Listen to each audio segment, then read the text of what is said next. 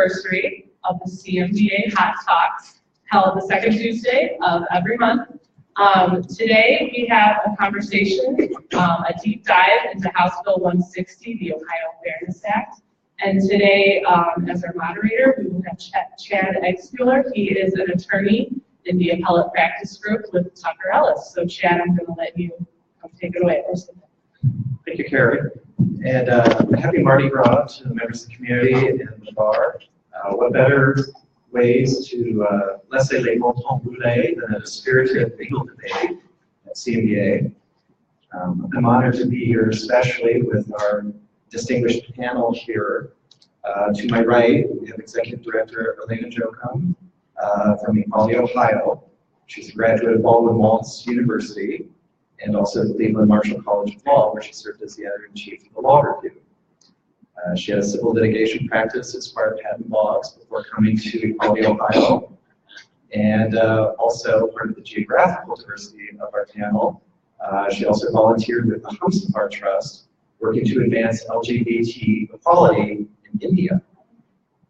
To my left, we have Professor David Forte, the Charles R. Emmerich Jr. Chair Professor of Law at Cleveland State University. He has degrees from Harvard, Manchester, University of Toronto, and Columbia. We'll learn the geographic diversity there.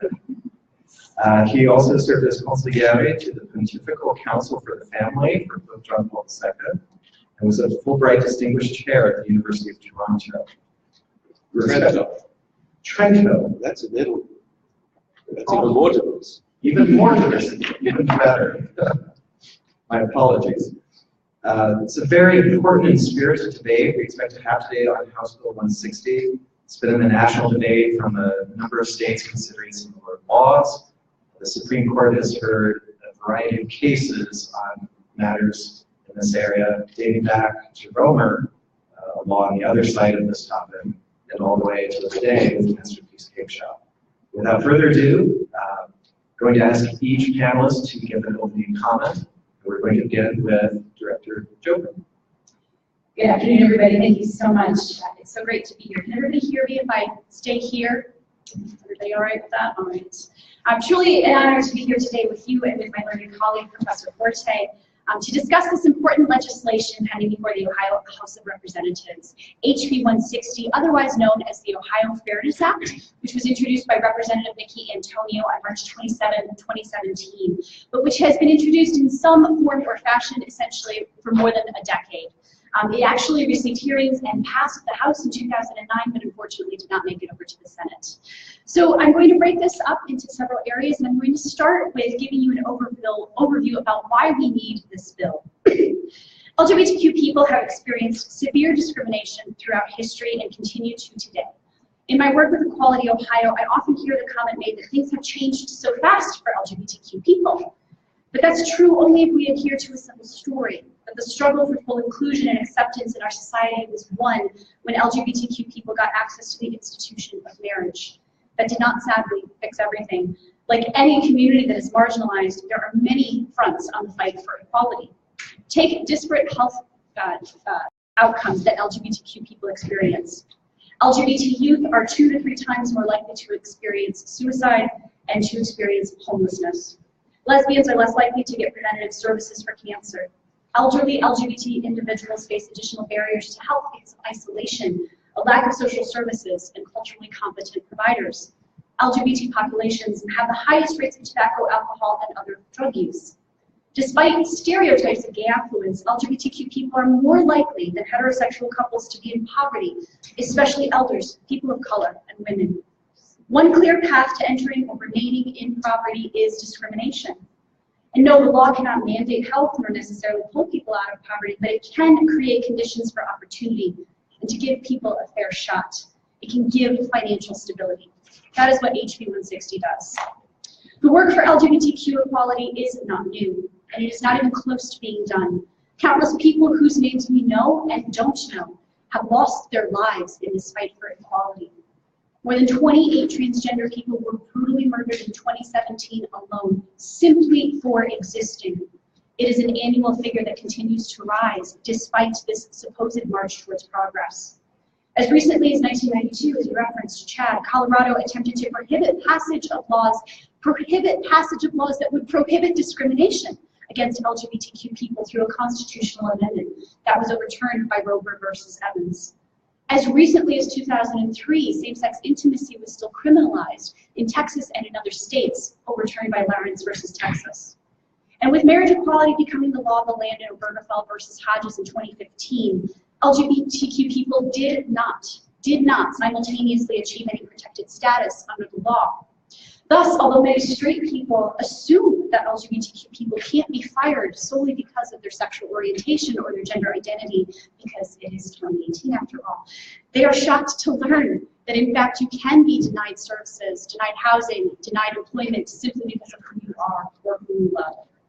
HB 160 would change that. It would simply add sexual orientation and gender identity or expression as protected classes to Ohio's existing non-discrimination laws. No more, no less. Indeed, the Ohio Fairness Act is good for business. Businesses in Ohio have an interest in not excluding anybody from the talent pool. Many businesses have specialized needs. They reach beyond their local papers. They do national searches.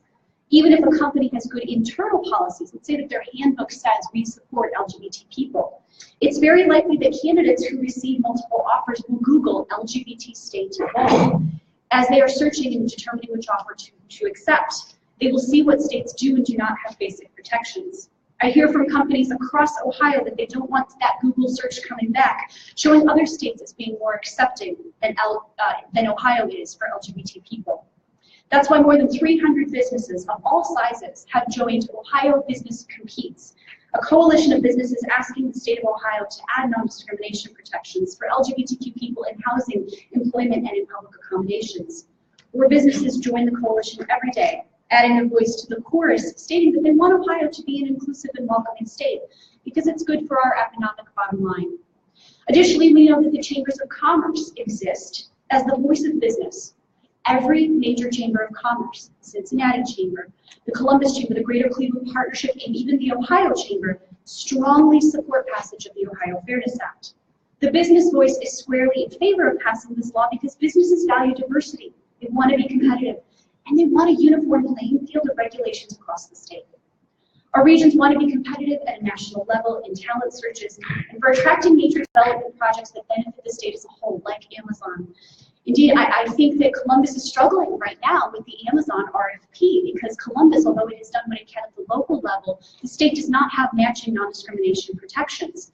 And those 50,000 jobs that the Amazon deal will create, not all of those individuals will live in Columbus. Indeed, a person will literally lose their protections on their daily commute to and from work. Although Ohio is doing something very important in considering HB 160, I want to also be clear that this is not trailblazing work. 22 other states have passed some version of this bill to add protections for LGBTQ people in their non-discrimination codes at the state level. New Hampshire, a state with a Republican House, Republican Senate, and Republican governor, is actively seeking right now to update its laws to protect transgender individuals with the full support of their governor. Ohio should do this because it is good for business and it is the right thing to do for LGBTQ Ohioans, while also knowing that it is in good company in doing so. Now let's talk briefly about Ohio's existing non-discrimination code. The Ohio Civil Rights Act is in the Ohio Revised Code at Chapter 4112, and it is administered by the Ohio Civil Rights Commission, or OCRC as I will refer to them. The OCRC, in fact, testified in support of this legislation on January 31st of this year.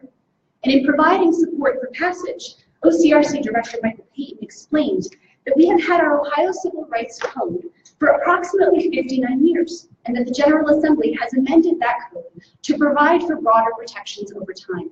Indeed, Ohio has upheld a clear public policy against discrimination, and HB 160 is consistent with that policy. Businesses and Ohioans are familiar with the existing Chapter 4112, which provides clear, familiar administrative remedies for those experiencing discrimination because of their race, sex, or other protected status. Mediation and conciliation are central tools utilized by the OCRC in ameliorating claims. And it is true that not every claim has merit, and the OCRC's investigative process is intended to weed those claims out. So, what would the Ohio Fairness Act do to Chapter 4112? The Ohio Fairness Act simply adds sexual orientation and gender identity or expression to Ohio law where there are other protected classes such as race, religion, military status, and national origin, among others. This most notably includes housing, employment, and accessing goods and services, otherwise known as public accommodations. The bill does not change the existing exemptions that apply to all protected classes in the code. The Ohio Fairness Act will clarify and provide a consistent standard to existing law. It is 2018. A person has the constitutional right to marry the person they love, including an individual of the same sex, yet they may generally face legalized discrimination in exercising that constitutional right. That's not okay. Take the couple from Zanesville that I met with shortly after the Obergefell decision. They were excited about the ruling, were genuinely celebratory, but when I asked if they would commemorate their 22 years together by getting married, they said, no, we can't. I was confused, and when I pressed further, they explained that they were not out at their jobs, they were not out to their neighbors. They often kept to themselves in their small town, knowing how lesbians were treated. They didn't feel that marriage equality was possible for them, because it would only out them further and subject them to discrimination for which they had no remedy against. If they lived in Columbus, just 45 minutes away, or if they lived in Athens, just a little over an hour away, this might not be a problem. Columbus and Athens are two of the 19 cities that have fully inclusive non-discrimination protections at a local level. A person shouldn't have or not have protections based on their zip code. Passing the Ohio Fairness Act will bring the law into a uniform state, which is good for business and good in order for people to know and to understand their rights. Businesses of all sizes want a level playing field, to know the rules of the game, and to have them be the same wherever they engage in business in Ohio. The Ohio Fairness Act will allow the OCRC, which has always received complaints about discrimination against LGBTQ people, to act without engaging in what I like to call legal gymnastics. We are aware that the Ohio Civil Rights Commission has received more than 106 complaints of discrimination based on sexual orientation or gender identity or expression between 2004 and 2017. These complaints include workplace harassment, assault and battery, termination, abusive landlords, and more. The number is both small in comparison to overall number of complaints the OCRC processes, yet it's also consistent and persistent for the LGBTQ population, which is a fraction of the general population. The OCRC wants to, but cannot act on these claims. Right now, there is no consistency in the law in Ohio. The federal case law is all over the place. At the federal level, the Sixth Circuit, in which Ohio sits, has recognized that treating a person poorly because they are transgender is a form of sex stereotyping impermissible under PricewaterhouseCoopers versus Hopkins. Yet the same is not true in other circuits, nor is the same true in the Sixth Circuit when considering sexual orientation. The Victor's case rejected the claim of a gay man because it didn't relate to, in their opinion, a gender stereotype. By providing uniform protections at the state levels, we will eliminate the legal gymnastics necessary to attempt to assert a claim under the existing narrow interpretations of sex discrimination. Let's also take a minute to address what the Ohio Fairness Act does not do. The Ohio Fairness Act will bring the law in parity for LGBTQ people and will not create special rights for anyone. Although many have come to understand that adding LGBTQ people to our existing laws is not special, sometimes this myth persists, and let's address it head on. HB 160 does not bestow any special or unique rights or responsibilities upon any persons. Indeed, as the OCRC stated, there is nothing special about recognizing and reiterating Ohio's longstanding policy and values against discrimination. Instead, this act would create an equal level playing field for LGBTQ people in Ohio who simply want to work hard and provide for their families, no more, no less. Nor does this act eliminate any existing criminal protections. Our opposition would often state that adding non-discrimination protections will somehow result in women and children being assaulted in restroom spaces. This is simply a false argument, and let's address it head on. Current criminal protections will remain in place, and assault and harassment will remain illegal in all spaces, including in restrooms. Everybody expects privacy in restrooms. This bill would not change that expectation, nor the fact that it is illegal to assault or harass somebody, including in restrooms. More than 22 states and more than 150 cities have all passed laws like HB 160 without increase in incidents of public safety issues. Indeed, more than 250 sexual assault and domestic violence organizations have signed a statement debunking backroom fears, affirming that transgender people themselves are more at risk for violations in the restroom space, and supporting LGBTQ non-discrimination protections. This point intentionally attempts to perpetuate fear and misunderstanding with transgender individuals, refusing to acknowledge transgender women as women at best, or portraying transgender people as, quote, sick or predators at worst. The Ohio Fairness Act will extend the same religious exemptions currently in place for all protected classes to LGBTQ people. Some have raised concerns about how the Ohio Fairness Act will impact and accommodate religious beliefs. Indeed, the Act preserves the existing religious protections and exemptions under Ohio law. To be clear, religion is presently a protected category under Ohio's non-discrimination laws. This prohibits religious discrimination and is inclusive of all religious beliefs, not just a select few. In addition to Chapter 4112 protecting religion, there are certain religious exemptions that are applied to all protected classes. The Ohio Fairness Act does not change these well-understood and well-applied exemptions, which permit for the preference of hiring a person of the same religion in certain employment situations and preferring a person of the same religion in certain housing circumstances. What the Act does not permit is for someone to use their religion as a reason to deny another the opportunity that is otherwise accessible to the public simply because of their sexual orientation or gender identity or expression. Just as a person cannot right now use their religion to deny such access to people based on race, sex, military status, disability, religion, or other protected classes. It extends the playing field equally, no more, no less, to LGBTQ people. That is all. The Ohio Fairness Act does not seek to change a person's religious or moral opinion, nor could it, or how they express those beliefs in the marketplace of ideas. Instead, the Act seeks to simply provide people of all protected classes equal dignity in the marketplace itself. To advocate that one's religion should allow for personal discrimination against anyone because of those religious beliefs is advocating that religion be granted an elevated status and indeed a, quote, special right to treat others differently under our long-held non-discrimination code. Finally, no one will have to marry anyone they don't have to marry. This is more as a reminder than anything, but adding LGBTQ people to Ohio's non-discrimination code does not change the fact that religious entities always have the right to marry or not marry anyone they want for any reason that they choose. In conclusion, we must pass HB 160, the Ohio Fairness Act. We must pass it for Ohioans who are vulnerable to discrimination at work, in access to housing, and in access to basic goods and services. We have to pass it for Ohio business so that we are attractive to employers and so that national talent doesn't pass Ohio over for a more welcoming state. We must pass it so that students consider staying in Ohio for school, so that they consider looking in their backyard for a job after they graduate rather than making big plans to move. Indeed, it's past time to pass HB 160. Thank you. Thank you, Director Joko. We'll now hear Professor Forte. Can you hear me? Good. So I was asked to come here to say that LB 160 is a bad bill. Okay. This is a bad bill. I've said it. Any questions?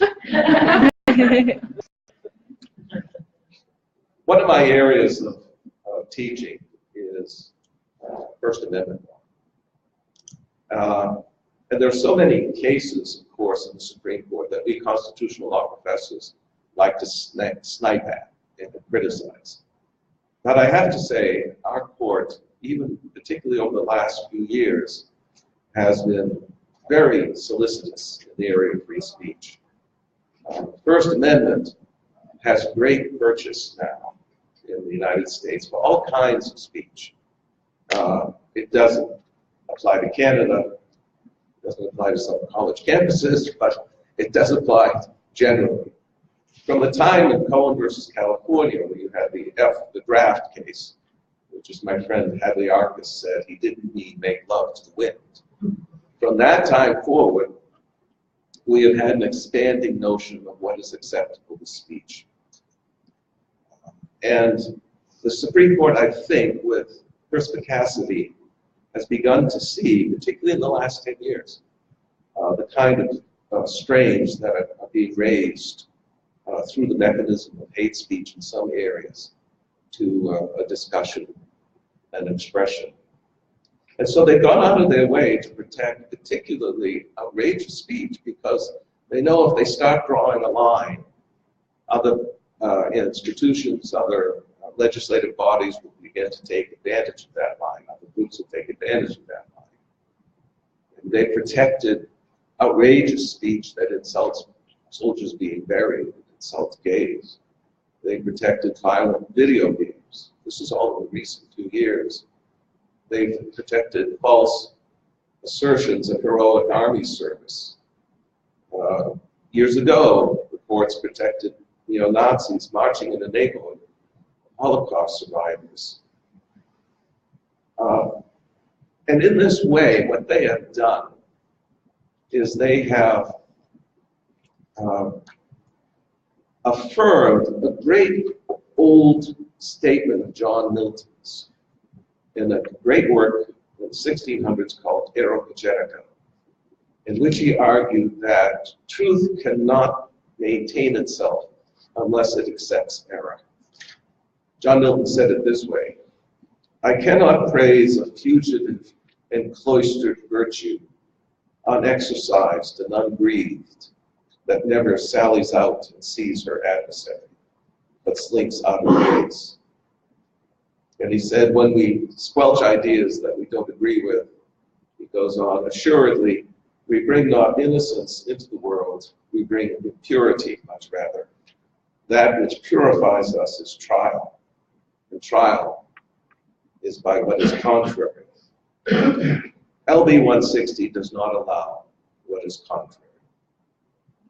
It used to be, whenever I start my class, I don't like to give trigger warnings, but there is one I like to give when I start my First Amendment class.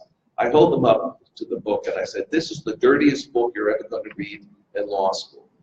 We have nude dancing, we have lousy words, but at least we've improved. Right now, before the Supreme Court, we have wedding cakes when we used to have scantily clad go-go dancers. And these wedding cake cases are emblematic of the situation.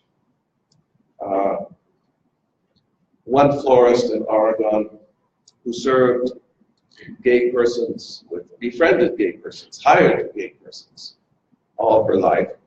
And one person who had been a customer for 7 years said that he needed it, and she had given service to a number of parties and events, but when he asked for a special floral arrangement for his wedding, she said, my religion can't allow me to do that, but I'll give you a reference to 3 more. And so she was sued by the Attorney General and by this man who had been her friend. Another florist in Oregon who did the same thing lost her shop because of the protests and is liable to $135,000. In the Cake Master case that we have, the gentleman said to his customer, I cannot make a custom cake for you, but there are plenty on the shelf. Or I can refer you to someone who will give you a custom, but that wasn't enough. Let me tell you what Abraham Lincoln said in his speech before the Cooper Union.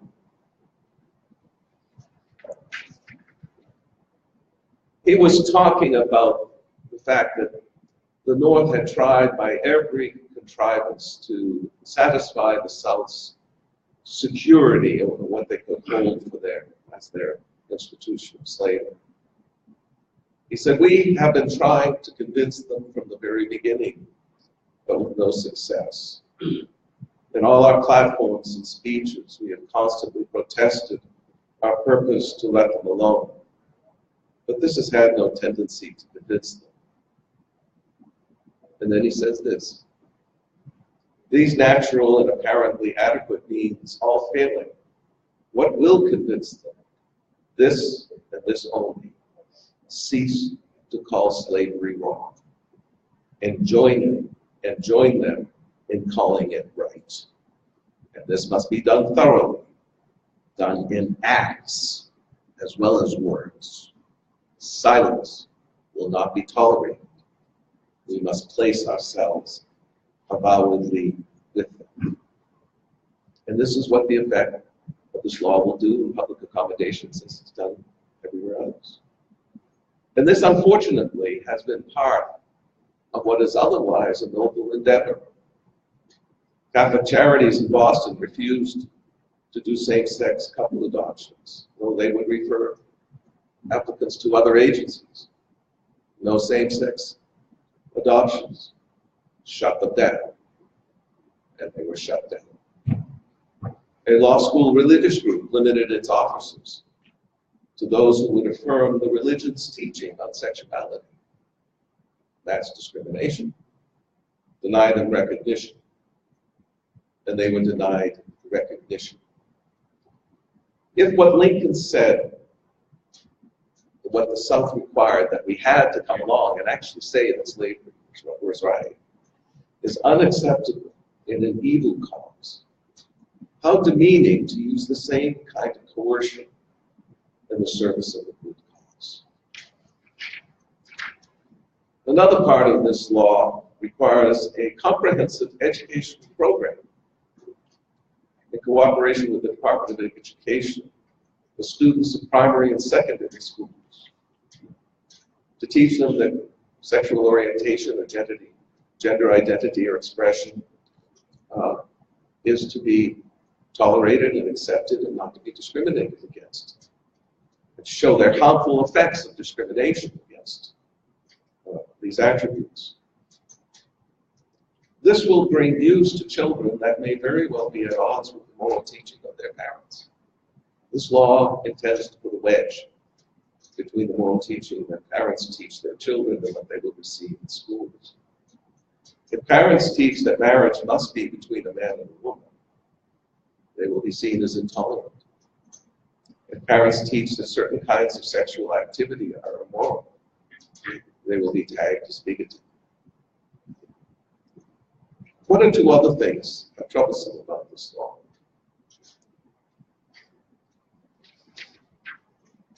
Question about religious institutional immunity has been raised. We do have religious institutional immunity, but it is limited. We do not have a state referendum. One person who testified in favor of the bill recently said that ministers of churches are exempt from labor law requirements. That's true. But most people who work for church organizations are not ministers. HB 160 would require churches to hire staff that do not agree with the church's beliefs about marriage and sexuality. Might even require churches to host events that violate church's teachings. Workplace speech could also bring suits of harassment. Suppose someone says to a co-worker, marriage between two persons to me of the same sex is invalid. I don't think it's right. There's a suit for harassment lurking there. The definition of the persons covered is remarkably vague. Let's see what it is. Sexual orientation means actual or perceived heterosexuality, homosexuality, or bisexuality. Suppose an owner of a business did not perceive that someone was gay, let him go for another reason, and then he sued because the person claims he's gay. Likely, that suit will fail. But lots of suits like that are going to be brought. The Ohio Civil Rights Commission gets lots of suits. Lastly, the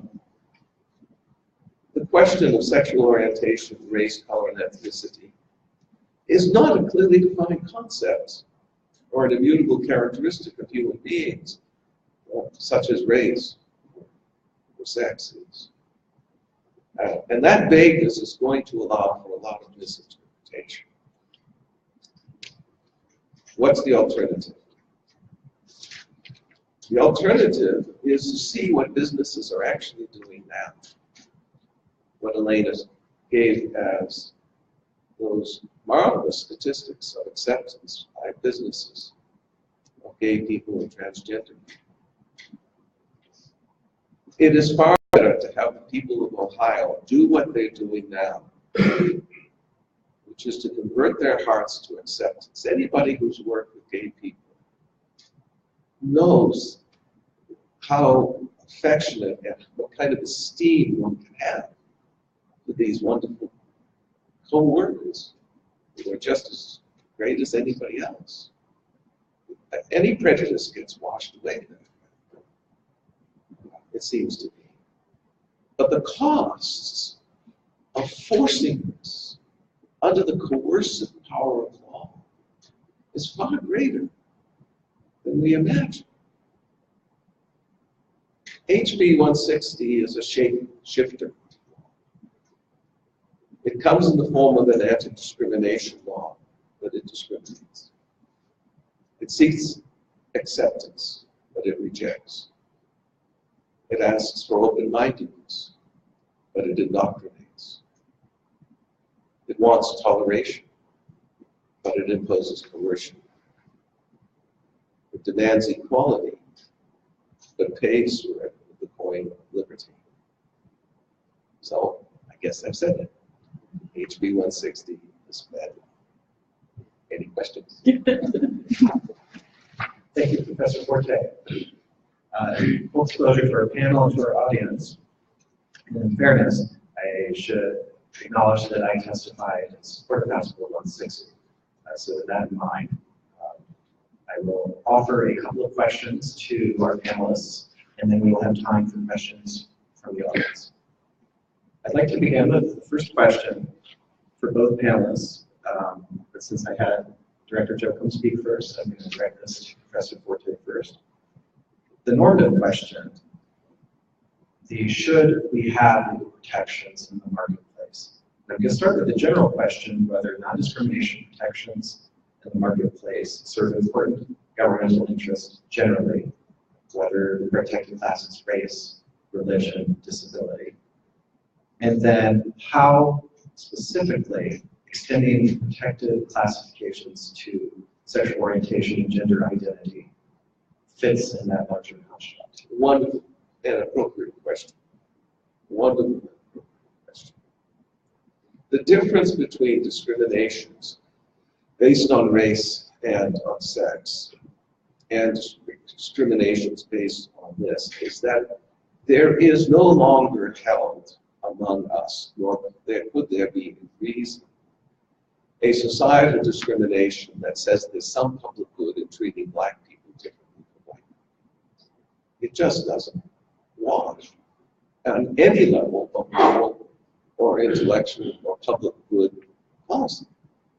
But there is a big debate still going on about the validity of certain relationships. And that debate has to be reflected in the anti-discrimination laws. And the troublesome thing about that I see with my gay friends who are working for this, and not all are, some understand my position, is that those who are forming this legislation are reluctant to carve out good faith exceptions. Those who are forming this legislation are all in favor of closing down those shops who have unique speech and expression qualities about them. They're all in favor of saying you can't make your own living unless you affirm what I believe and act in affirmation for do things contrary to your religious belief. Unless you do things contrary to religious belief, you have no right to have a business. They're not willing to go that far. And lastly, when we compare the great movement for equality of race with subsequent movements for equality, there are a couple of differences, but there's one similarity that should be entertained. The big difference is that race is America's original sin. Racial discrimination was born in the Constitution. The Constitution didn't fully legitimize it, but it certainly accepted it. And our capacity to try to overcome that heritage of black chattel slavery, then revivified in another form through segregation, has been long and arduous. It is of a different quality of discrimination than any other religious one. But the movement of civil rights has done one wonderful thing for us. It's made discrimination a dirty word, a morally dirty word. It used to be, in decades past, a discriminating individual was somebody to be admired. But now discrimination, qua discrimination, is not regarded as worthy. That movement is covering so many voluntary relationships in our society that to turn that into a coercive mechanism with the figures and the rigors of law seems to be contradictory to the whole idea of open-heartedness and open-mindedness. And that's why I find this distinction between this law and previous legislation. Thank you, Professor. If I may quickly ask a 30-second follow-up. I think most of us in the audience would agree that today there isn't a widespread debate about whether or not discrimination against people on account of race is acceptable. But I'm not sure that was the case in the 1960s when the Civil Rights and Public Accommodations laws were protected. So if I could have, and I want to keep this short to give Director Jokum a chance to respond to this question too. Is there a public harm from the denial of service to same-sex couples or people of gender identity minority? No, that's a good question. I see no public harm in that. I see a public harm in denying someone the right to carry on a unique, expressive business tied to his religious belief. Thank you, Professor. Director Jokum, the same question to you. Beginning, just to quickly recap. The importance of non-discrimination protections, regardless of which protected class generally, and specifically the imperative of whether or not to extend those protections to the LGBT community. Non-discrimination protections are not the end-all answer, but they are a very important part of the overall process of overcoming our discrimination against each other in society. If racism is an original sin, I'm sad to say we are still living within that sin. Racism is very real. We have made great progress. We have far more to go. And in some ways, what I'm hearing from you, Professor Forte, is that laws don't fix that outright. I agree with you. In our experience as an organization, we actually approach this work from two standpoints all the time. Legal equality and lived equality. We actually sort of have this image on our team of them having to hold hands with each other.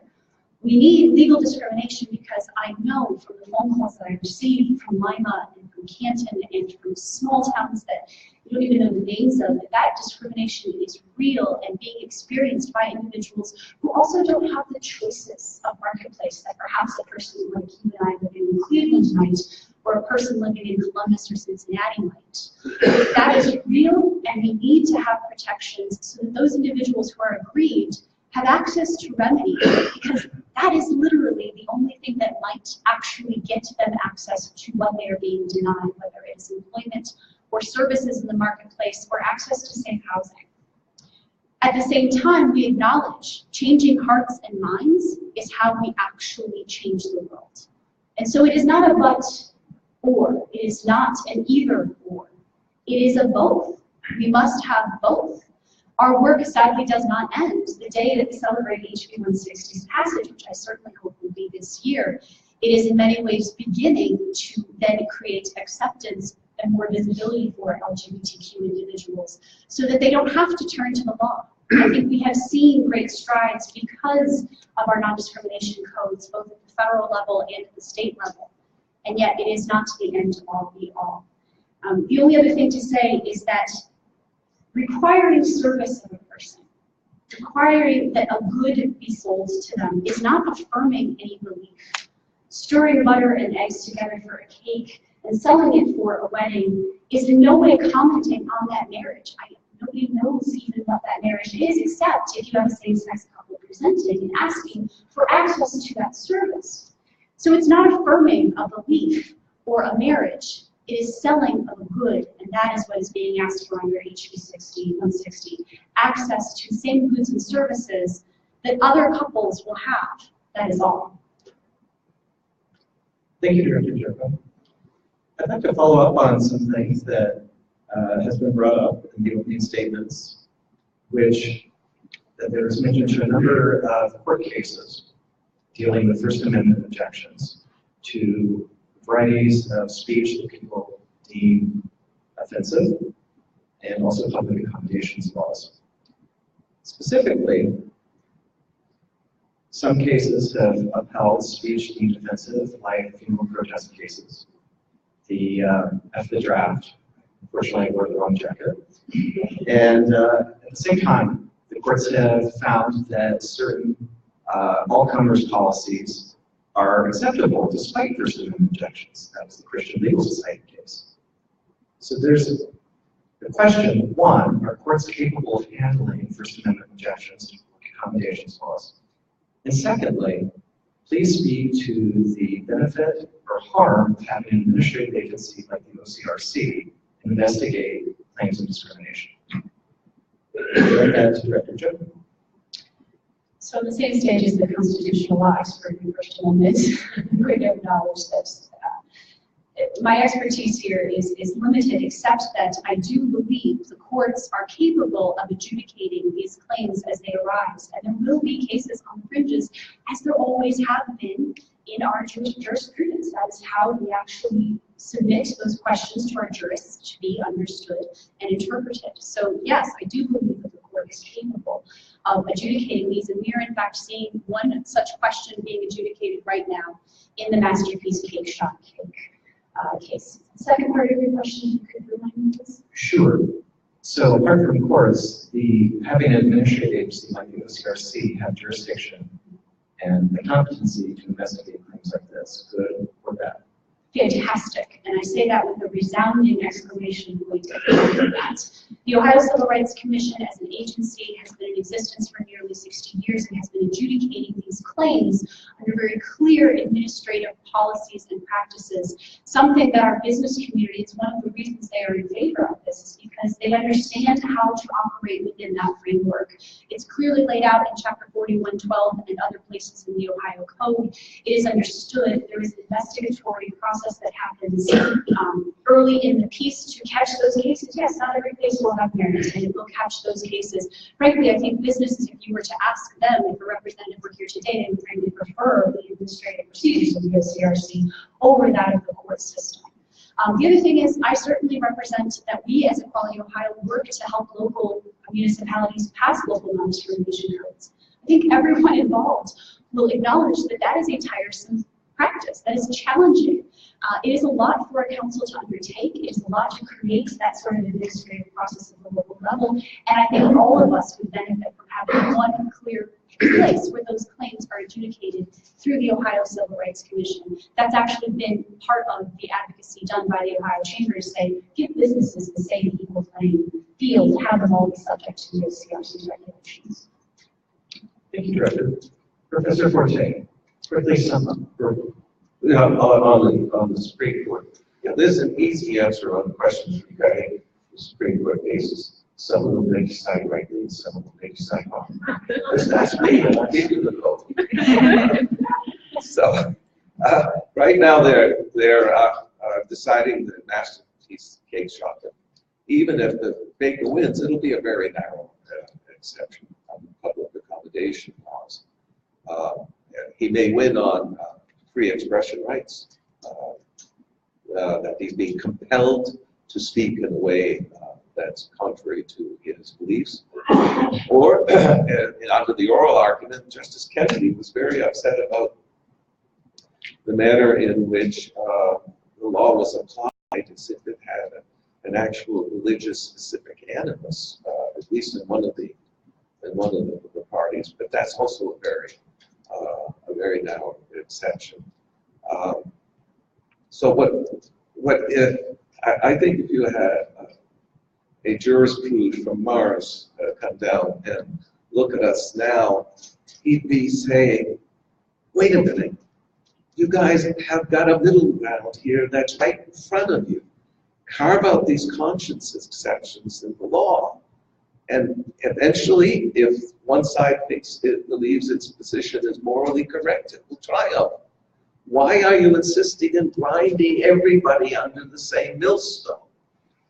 And that's the problem. There's an ideological edge to the gay rights movement that goes beyond its legitimate human rights, and happily that human rights area is being accomplished. And that's what I think it's right there before us, but they won't do it. They won't do it in this bill. Professor, if I may ask a quick follow-up. It better be quick, because we promised the audience a chance to ask questions. Very good. Were the federal courts, in your opinion, and the Supreme Court in particular, wrong in the Piggy Park case in the 60s? Or 1960s, maybe that case? The Piggy Park barbecue case in the 1960s. Piggy Park? That's the name of the restaurant, I believe. Are you talking about all these barbecues? No. I went to a different barbecue. I went to a different 1960s case dismissing a religious objection to public accommodations laws. Listen, which shows I'm not earning my pay. I don't know the case, so I'll have to just pass on that. I couldn't give you a good answer. Fair enough. If we have any questions from the audience. And please, maybe take a question until the microphone gets passed to you, so that we can all hear it and it will get picked up for the webcast. Okay, no one's making eye contact. Oh, Gentlemen, right there. First, thanks all three of you for an interesting discussion today. I have a question about the educational aspect of 160. Is there any existing case law that talks about the ability of the state to compel fields of education that might conflict with the religious teachings that people get home? I'm taking, for example, the school I went to certainly taught evolution as opposed to creationism. How does that line of cases affect 160? Well, first of all, the reason why you were taught evolution rather than creationism is your school was teaching you science. So let me get that. There have been a number of cases. I don't think there's been one on the Supreme Court, if at all, in decades. And many of the lower court cases have upheld the school district over the parental request for exemptions. And so as a practical matter, I think it's likely that if teaching of children of certain aspects of sexuality or marital relationships is contrary to the parents do not have a veto on that. As a matter of black letter law. And if I could just jump in, that HB 160 actually only touches upon the educational process in very few instances with this. Ohio school boards will still retain great discretion over what happens within a school. I will also say that even though they have that power individually, many of them have been very embracing of LGBT equality in their policies individually. The part that I believe the professor is referring to in this bill is the idea that the Ohio Civil Rights Commission is supposed to be working with schools to put forth programming talking about ending discrimination.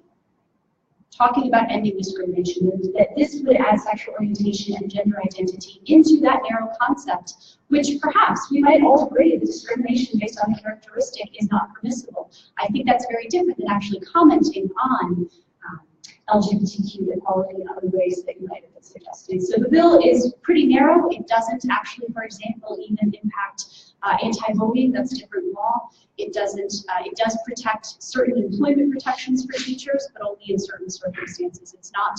It's really focused on housing, employment, and public accommodations. Thank you, panelists. We have a question in the back, gentlemen.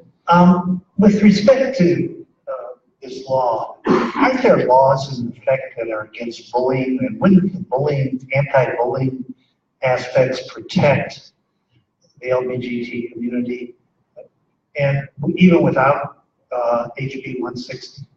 Director Joseph? I wish. I do wish. Some schools have put forth individual enumerated policies saying that you can't bully because of a person's race, sex, religion, sexual orientation, or gender identity, but it really has been up to the individual school to do that. There is a general "thou shalt not bully" that has generally been adopted by most schools, but here's what we understand that policy to be.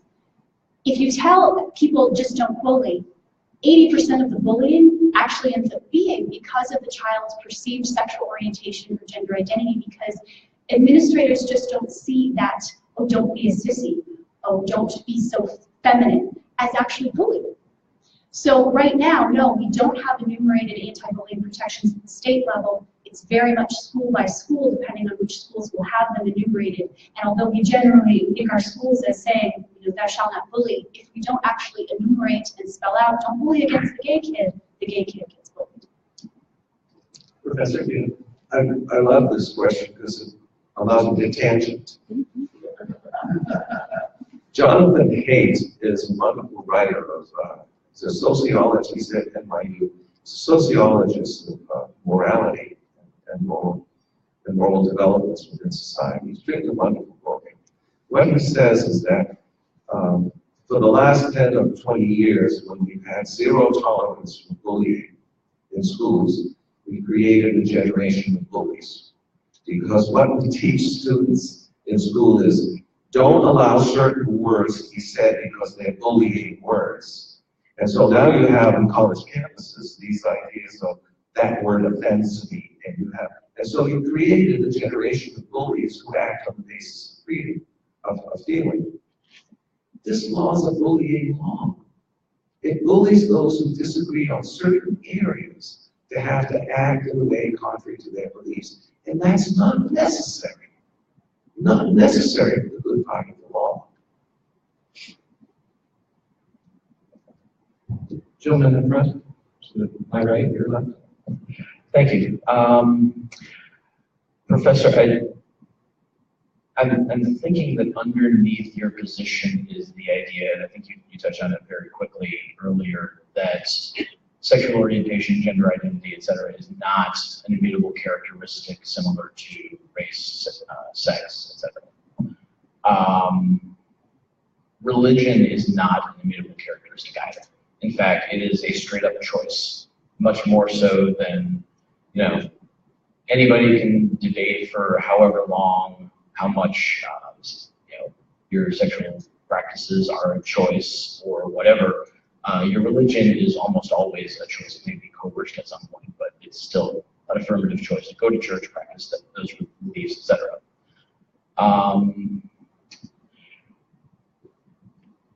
So the underlying issue is this something, you know, as gay people and other, you know, LGBTQ people have been dealing with for decades, centuries, is this the way I was born? And will you recognize that? With that in the background, if the question is, because there's still a debate over the issue, when do we know when that debate is resolved? Because as Director Jochum pointed out, there's still racism 50 years after the Civil Rights Act. There are still communities that will probably profess that, you know, serving Black people, serving Latinos, serving whomever, it offends them on a moral level. Now, we can just sort of say societally they lost that fight, but how do we know when one side wins or loses that debate? Because, you know, ultimately that's what we're debating. I think that's a fair critique. The only difference that I see between the analogy that you made between religious voluntariness and to the extent that sexual identity choice is voluntary to the extent that it is, this big debate among all kinds of people as to how voluntary it is that if one is in a business and one is accused of discriminating against an employee for religious reasons, and you didn't know the employee's religion, that employee would have no case because you wouldn't have the intent to discriminate against the person. The person would have to say voluntarily I'm Baptist or something, or make it evident, and so that you could infer an intent because you knew what the religion of the person was. This law says either perceived or actual. So this law would apparently, and I'm not putting all my eggs in the basket on this part of the critique, but apparently it would allow for a suit against a gay person, even if it weren't perceived because that person was actually gay. There's a difference in the terminology. But beyond that, I think you make a fair point. I think the vagueness of these categories will cause some uneasy legal questions, but not as entirely different from what you bring up as religion. I think that's a great critique. Director? This idea of perception versus reality, just to address that under the law here, it would still require attendant facts to actually set forth the case that a person was actually discriminated against because they were or were not LGBTQ, but there was a perception of being treated differently, negatively, because they were perceived to be LGBTQ. So I don't think that we change in any way from requiring facts for a valid cause of action, just as any other case must be brought forth under the non-discrimination code. It simply would be looking into, did the person perceive you to be LGBTQ? Were they right or wrong? We don't care. But did they treat you differently because of that perception or not? But I would like to just go back to this idea of immutability, because it does come up sometimes in these debates. And you're right, religion is something that changes. One person can change. I grew up Catholic. One's a Catholic, always a Catholic, perhaps, but I think the church can disagree with you on that assertion. You know, another characteristic that is protected under Ohio law is disability. A person may be disabled at a point in time in their life and not disabled at another point in time. They still benefit from the protections under that law. But I think if we look to the cause for these laws is actually intolerance. That is the better test as to whether a characteristic is worthy of legal protection. And the law doesn't exist because of immutability. It exists because of the lack of tolerance. That's the bottom line here. We have a defined population that is experiencing intolerance and has historically at disproportionate rates. I think it's worthy for us to give them protection under the law just because of who they are or who they love. Thank you. Do we have time for one more question? Excellent. Right behind you. So the point was made earlier, the 22 states have gone down this path in some way. Do we have enough history, has enough time passed to see whether these problems that Professor raised are real, or are other states solving these problems? Are these things that Ohio would be taking on as first impression, or are these have some of them already been solved? The examples I gave you all came from state law, and universally the states have come down against the proprietor, and that's what the Supreme Court is now going to perhaps change. So that being a record, that shows what's going to happen in Ohio, likely, unless the Supreme Court makes a major change in protecting expression by manner of business or creative action.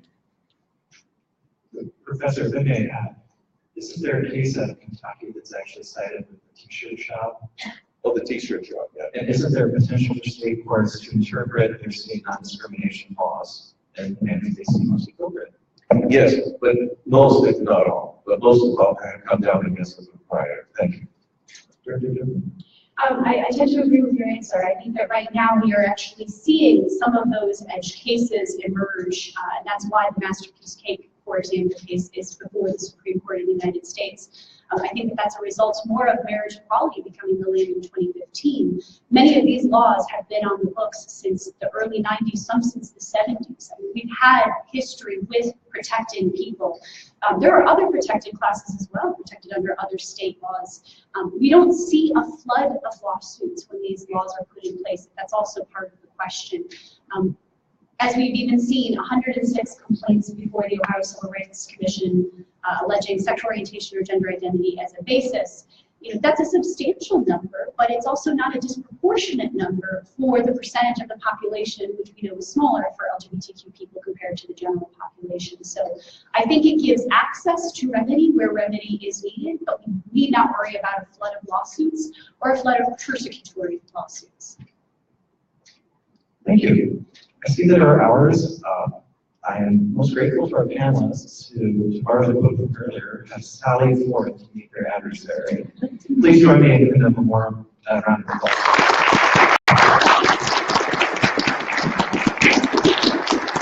Join me in thanking Chad for being a masterful facilitator. Let me just say, I'm going to tell you on our 1-year anniversary of having our Hot Talk series, this is the absolute personification of what we had hoped to accomplish through our Hot Talk series, which was to take a critically important issue, put it up for conversation in a civil and constructive way, and to bring our audience together to be able to ask real-time questions. So thank you for making our first anniversary just so special and memorable on this really critically important conversation. Next month, March, the second Tuesday, March 13th, we take on the hashtag #MeToo discussion in terms of what's happening with sexual harassment in the workplace, another critically important conversation for which we will have civil dialogue. So please join us again next month. Thank you, everybody, for being here. Help spread the word about our Hot Talks.